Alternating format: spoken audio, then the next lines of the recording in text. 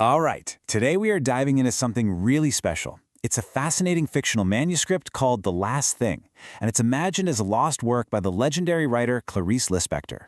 It's this incredibly profound first-person look at consciousness, identity, and even language itself, all from the perspective of someone right at the very edge of life. Wow. Right from the start, the voice is just so intimate and raw. That one line really sets the stage for everything that follows. Think about it. A window is something that just lets the light of the world pass through. But now, that frame, that perspective, is starting to crack and fall apart. So that's what we're going to do. We're going to follow this philosophical journey, step by step. We'll break down the core ideas, these powerful metaphors, and the huge questions it asks about who we are when everything we think we are gets stripped away. Okay, let's start with the narrator's first big realization. For her, dying isn't some strange, scary event. She calls it a kind of final arithmetic, a process she realizes she's been unknowingly preparing for her entire life. I mean, that just completely reframes the whole act of writing, doesn't it? For her, it was never about leaving a legacy. It was about practicing what it feels like to not exist. She was living in the pauses, in the quiet moments between the words. It's just a stunning way to think about a writer's work. In this process, she gives it a name, the subtraction. The idea is that it's not about an illness being added to her. It's about all the non-essential parts of her being taken away. It's almost like a process of purification, of being boiled down to what is absolutely, fundamentally true.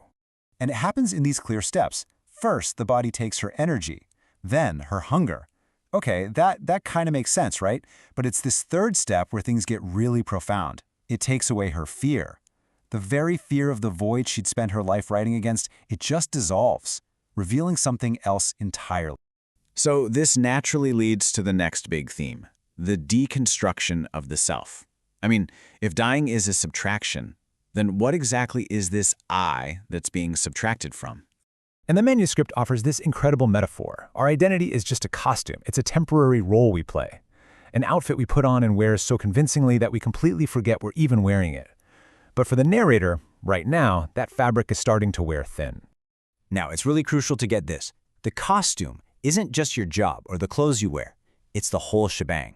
It's your name, your memories, your personality, even your deepest fears. Basically, it's everything that isn't permanent. Wow.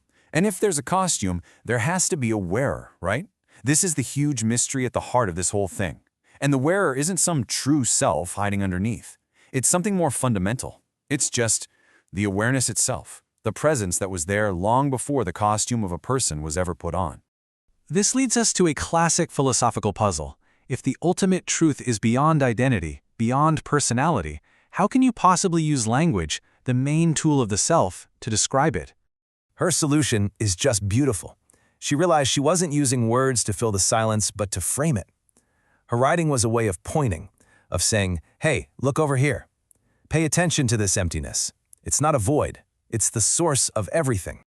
So in this way of seeing things, silence isn't empty. It's actually the complete fullness of potential.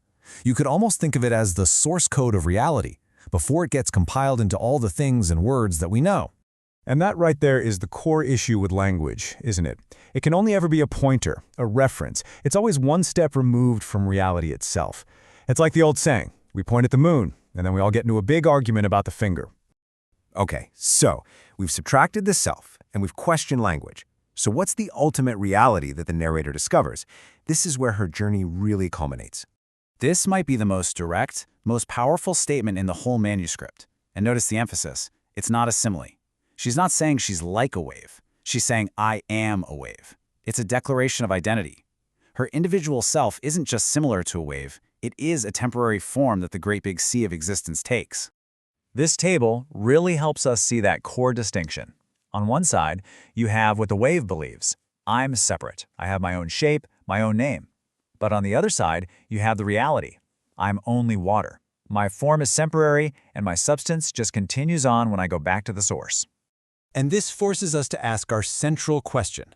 Beyond all the forms and all the names, beyond all the things that are something, what is the fundamental quality of being itself? What is the is-ness that underlies everything? And here we have it. The definition of the title. The last thing is the answer to that question.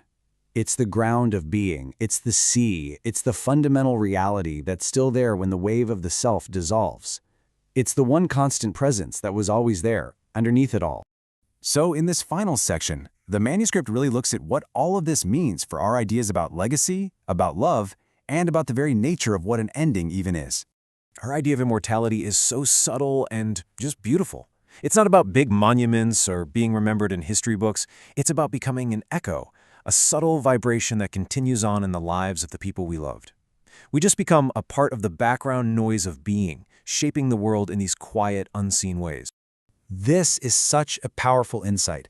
At one point, she thinks about the Christ the Redeemer statue, and she wonders if its open arms are a gesture of embrace or of surrender. And then she concludes that they're exactly the same thing. To fully accept reality is to both hold it close and to let go of your fight against it. And this brings us to the final, unifying paradox of the entire work. This journey doesn't end on a straight line. No, it circles all the way back on itself. The ultimate destination turns out to be the origin point. And this is the breathtaking final thought. The end is the beginning. The life that we live in between is just a brief, beautiful flicker. It returns to a nothing that isn't actually empty, but is the everything of pure potential. It's a perfect, cyclical vision of existence that leaves us with one question to chew on. What costume are you wearing today?